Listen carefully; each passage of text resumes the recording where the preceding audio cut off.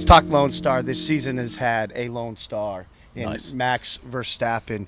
But there's been tons of drama lately around Red Bull. Helmut Marko, Sergio Perez. We're hearing a lot of big names that could or could not potentially be with Red Bull. What are you guys hearing? What's your take on all the noise around Red Bull? It's a difficult one to actually make sense of, because on paper Perez is safe. He's got a contract through the next season. Red Bull have said that publicly for as long as you can remember this season. They've said Perez is going to be there, but these rumors refuse to go away. And in Formula One, often with things like this, there's no smoke without fire. These things come from somewhere, and we mentioned it on the last episode of Unlapped. The tone around Perez has shifted slightly. It's shifted slightly over the past kind of 3 races. They were always very positive and saying we know how good he is, etc. But Christian Horner in Qatar, when we spoke to him, he said we're desperate for Perez to do better, because obviously they need him. They want him to get second in the championship, and you just feel that the tone is slightly becoming a bit more pressure filled for him. Obviously they've got Danny Rick now, who's coming back this weekend. A lot of fanfare around that. He's obviously come back and has looked like his old self again. Liam Lawson's made that situation very interesting. There's a guy that, if they did promote Ricciardo, they've got a guy that could probably step in. So I don't know. And there were rumors all over social media this past week. Not sure how valid those were, but it started. Thanks F1 Reddit. Yeah, exactly. I mean, it's always difficult to know, but it was a huge talking point, and it got a lot of people speculating about it. And I think the thing is, I think if Perez doesn't get second, it might be an open question in the at the end of the season. And if there's any team on the grid that's going to make a call that drastically and that suddenly, Red Bull have done it time and time again. So I think until we see Sergio Perez lining up at the first race of next season in the Red Bull, I think it's going to be something that at least feels like there's a possibility they could get rid of him before that. I still don't think they will, but anything is possible. And given how bad he's been, I think you've got to consider it being a thing there.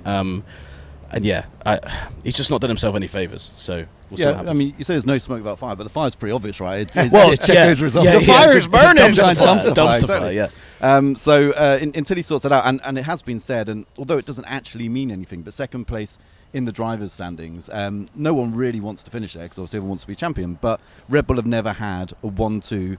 Their lead driver first, their second driver second in the championship, and they really do quite want it. So all those years of Sebastian Vettel and Mark Webber never happened. All of Max Verstappen's it's really teammates, crazy to think about all the long history of Red Bull, never a 1-2. Yeah. And so it's something they're chasing, and at the moment it looks like it could fall away from them, because Lewis Hamilton is, I think he's 25 points behind. He's gained 30 points the last 3 races or so on Checo. So he's closing in, and on this trajectory at the moment, with Checo performing where he is, it's not quite enough. But again, as we said previously, if you can't perform in Austin and Mexico, Mexico's home race, that's going to be a big pressure point for him, I think. And it will be really telling to see whether he rises to it or whether he falls away. Well, this feels like a home race for Sergio Perez. Yeah, we are not far from Mexico City. So many fans come from Mexico up to Austin to support Checo. So he will have the full force behind him. You mentioned that tight race with Lewis Hamilton. He had such an opportunity, Checo did,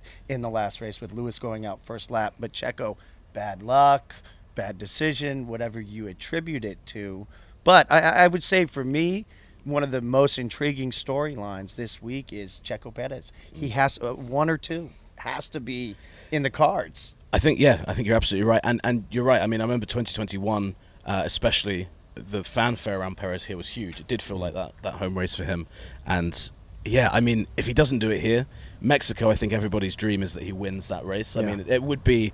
So I'm annoyingly not going to Mexico next week, but I think Perez winning there could be one of the special moments. Yeah, Laurence would be lucky man. And I think that it goes without saying, when you're in Mexico, he's a superstar over there. In the way that not a lot of people actually kind of realize unless you go there. So Laurence is right. If he can't motivate himself for these 2 races, if he can't get a performance, if you're Red Bull, you look at that and you think, well, when is this guy gonna do it? This is and it. We've seen McLaren, since Austrian Grand Prix when they introduced their upgrade, they're coming fast for, maybe they won't get there next year, but that's got to be in the back of their heads. A full season of McLaren with their 2 drivers being consistent. If Perez is like this next season, that might open the door for something unexpected in the Constructors' Championship. So, a lot of things for them to think about, and it's. I think you're right. That's the one thing a lot of people are looking at this season. And those rumors have probably helped sell the Austin race better than any could. You talk other rumors, the other Red Bull drama, the power plays going on within Red Bull. Helmut Marko, who's always been kind of this figure within Red Bull, but having to be asked about his contract, coming out and saying, hey, I have a contract through next year. I saw in his interview he had given, he referred to Christian Horner as Mr. Horner. So what's your reading of the tea leaves amongst that dynamic? We know with Helmut, there was that relationship with DJ Matricic that was going back to last year in Austin, that we actually had heard the news that he had passed away, but no longer there. Is there some power dynamics within Red Bull at a higher level right now? I mean, there absolutely is, and I think there has been for a very long time. And sometimes that can work. That can have, two sides of the team, as long as they're pulling in the same direction, more or less, is a good thing, and it can be a check and a balance. But it does seem like Marko increasingly, sadly, since Matricic's death, has found himself in a position where perhaps he doesn't have the power, the backing, the guy right at the very top, looking after him that they used to have, and then there is a question. If you look at the main thing that Marko's been tasked with over the years, which is the young driver scheme. Well, you look at it right now. We've got Perez, who was never a Red Bull driver, coming through, struggling as Max Verstappen's teammate. You've got Daniel Ricciardo coming back, having spent some time away, leaving the whole Red Bull program, and you've got Yuki Tsunoda, who is really a Honda driver. That's the reason that he's there. Liam Lawson, of course, is impressed in the races he's there, but that's it. That's the tip of the iceberg of the Red Bull driver program. Now they will point to Max Verstappen and say, look, as long as we've got someone like Max, it's kind of like just filling in the other seats. But and I think that is the very other interesting thing, is how close Max is to Marko, and the amount of power that Max has in that team as well, and his father Jos, and that whole camp. And they are very tightly knit. They have been together going back to Max's early teen years. There's been a lot of loyalty. Actually, within that interview, Helmut Marko had made reference. He said loyalty still means something, but that relationship is going back almost 2 decades. Well, right, and when Max made that decision to go with Red Bull, the other option was Mercedes and Toto Wolff, and they were alternate universe. Yeah, no, I mean, they had a number of conversations there. One, I think, was at Toto's house as well, and it got to a point. But the problem that Mercedes had back then is that they didn't have somewhere they could offer Max in Formula One. They only had one team, and they had Nico Rosberg and Lewis Hamilton driving for that team, whereas Red Bull could always offer Toro Rosso. And so I think, Marko at the time just looked at Max. He's like, we've got to get this guy. We've got to put him in a car. He was testing it in Brazil sideways. You think he was right? Jury's still out, man. But he took a lot on that when Max came in. Max at the time, not even old enough to have a driver's license, but he took a lot of heat from that, from other drivers, from other team principals. But I think he was right. I think so, and Laurence is spot on with all that. And actually, when you look back to what was happening at the start of this year, you can see the power dynamic in play. When Nick De Vries was out at AlphaTauri, it was very telling that Marko said quite specifically, like, Christian Horner wanted this guy in. I did not. Yeah. And I did not want him in. And, I've been proven right. And I feel like you look back at that now, it's almost Helmut kind of reasserting his authority there and saying, look, I still know what I'm doing here.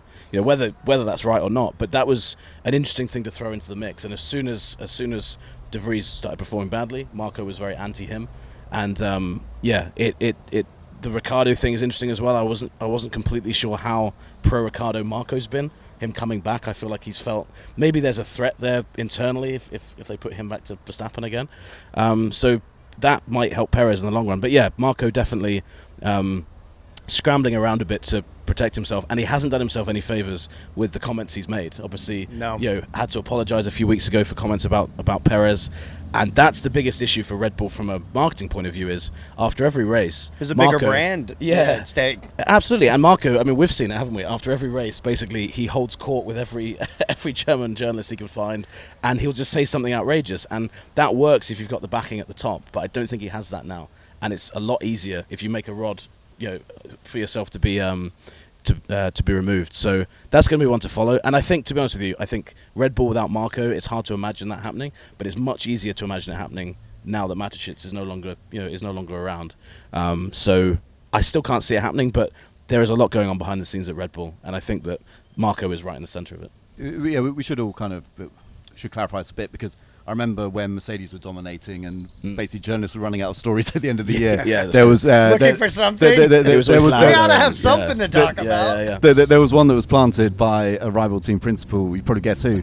That Toto Wolff and Niki Lauda had fallen out completely, and they were no longer talking, and the team was in disarray. This would have been about 2017, 2018. Who was that? Who could that be? Who would spread a rumor like that? So we've seen this play out of the playbook before. Yeah, just exactly. on opposite sides. The next day, Lauda and Toto walked into the paddock holding hands.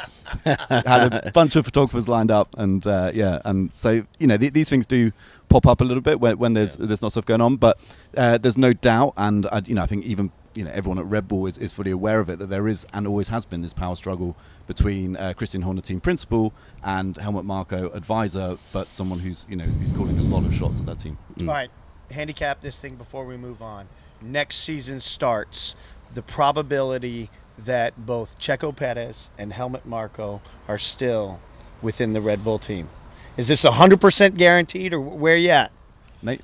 I'm not 100% guaranteed on that at all. I think it's much less likely Perez is there, but the both of them, that's a great question. I don't know about handicap. I'm not sure what figures to use. Odds?